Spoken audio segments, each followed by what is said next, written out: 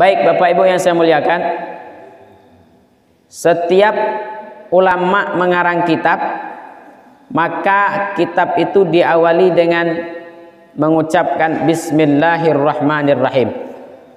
Kenapa para ulama memulainya dengan Bismillah? Yang pertama untuk ittiba', mengikuti daripada Allah Subhanahu wa taala. Karena dalam Al-Qur'an sebelum memulai surah maka diawali dengan Bismillahirrahmanirrahim. Kemudian para ulama ini mengarang kitab diawali dengan Bismillah karena mengikuti hadis Rasulullah sallallahu alaihi wasallam. Rasulullah sallallahu alaihi wasallam mengatakan, kullu amrin dzibalin la yubda bi bismillah fahuwa aqta. Setiap perkara yang bernilai positif tetapi tidak dimulai dengan bismillah, maka perkara tersebut pahalanya akan terputus, tidak sampai. Jadi setiap perkara yang punya nilai, perkara yang nilai positif, maka harus diawali dengan bismillah. Kalau tidak, kata Rasulullah, maka perkara itu tidak berpahala. Ada ibadah nih yang kita perlu niat, ada ibadah yang tidak perlu niat. Ibadah yang tidak perlu niat contohnya apa? Baca Quran. Baca Quran tidak perlu niat. Aku niat baca Quran untuk nyari pahala, tidak perlu. Baca aja itu Quran dapat pahala itu. Tapi ada perkara yang mubah kita perlu bismillah. Contoh, makan ini hukumnya mubah. Mubah itu apa? Kalau kita makan tidak dapat pahala, kalau kita tidak makan juga tidak dapat dosa. Tetapi ketika kita melakukan sesuatu yang mubah tetapi diawali dengan bismillah, maka sesuatu yang mubah itu bisa jadi ibadah. Maka kalau orang makan, sebelum makan bismillah, maka makannya jadi ibadah. Kalau orang mandi, sebelum mandi baca bismillah, maka mandinya jadi ibadah. Nah, maka daripada itu bismillah ini sangat penting. Kalau kita melakukan sesuatu yang positif tapi tidak diawali dengan bismillah, maka aqta, pahalanya terputus. Maka ada 4 hukum membaca bismillah. Yang pertama, membaca bismillah hukumnya wajib. Di mana itu?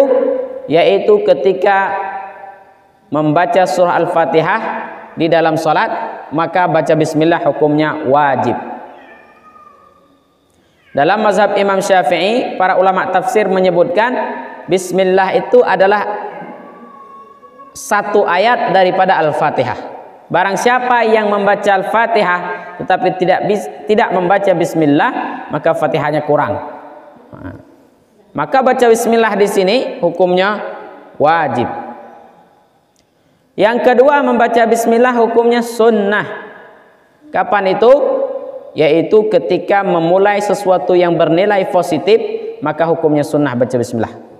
Sebelum makan bismillah, sebelum wudhu bismillah, sebelum pakai pakaian bismillah, sebelum keluar rumah bismillah, sebelum masuk WC bismillah. Maka banyak doa itu pakai bismillah. Doa masuk WC pun pakai bismillah. Bismillah, Allahumma shalli ala Muhammad ala ali Muhammad, Allahumma inni a'udzubika minal khubuthi wal khaba'ith. Tapi bacanya di luar pintu WC atau di luar pintu kamar mandi. Itu yang pertama, baca bismillah hukumnya wajib. Yang kedua, baca bismillah hukumnya sunnah apabila untuk melakukan sesuatu yang mubah ataupun sesuatu yang bernilai positif. Yang ketiga, baca bismillah hukumnya makruh. Kapan itu? Sebelum melakukan sesuatu yang makruh. Contoh, sebelum ngerokok. Orang merokok itu sebelum merokok baca bismillah itu hukumnya makruh. Artinya apa? Artinya ya tidak usah baca bismillah. Karena rokok itu makruh. Ba'dil ulama, sebagian ulama mengatakan haram, tapi makruh lah, oke lah, makruh lah. Tapi sebelum rokok itu ya tidak usah bismillah. Artinya kalau tidak bismillah jauh lebih baik daripada baca bismillah. Karena rokok itu hukumnya makruh. Maka sebelum rokok bismillah. Bismillah itu makruh. Atau melakukan sesuatu makruh yang lain. Yang terakhir hukum bismillah, membaca bismillah adalah haram. Kapan itu? Yaitu sebelum melakukan yang haram. Sebelum maling baca bismillah dulu. Bismillah, nih dapat nih. Bismillah. Atau sebelum ngomongin orang bismillah dulu. Bismillah. Woi, orang itu la ilaha illallah, itu jahatnya orang. Sebelum minum tua bismillah. Nah, sebelum minum tua bismillah. Maka hukumnya haram. Maka janganlah orang-orang yang minum tua itu yang sebelum judinya itu bismillah, bismillah menang. Maka janganlah ngarapnya tidak dapat pahala. Justru membaca bismillah ketika sebelum melakukan yang haram maka jadi haram. Justru dapat dosa. Kenapa dapat dosa? Karena mempermainkan Allah Ta'ala. Al-Imam An-Nawawi dalam kitab Kasyifus Saja, kita ini disunnahkan baca bismillah sebelum tidur sebanyak 21 kali. Kata Imam An-Nawawi, orang yang baca bismillah sebelum tidur 21 kali itu, maka dia diselamatkan daripada mati mendadak. Mati mendadak itu tiba-tiba mati. Nah, maka dia selamat dari itu. Yang kedua, dia diselamatkan daripada kebakaran. Kebakaran ketika lagi tidur, kebakaran. Nah, itu selamat. Kalau dia baca bismillah 21 kali.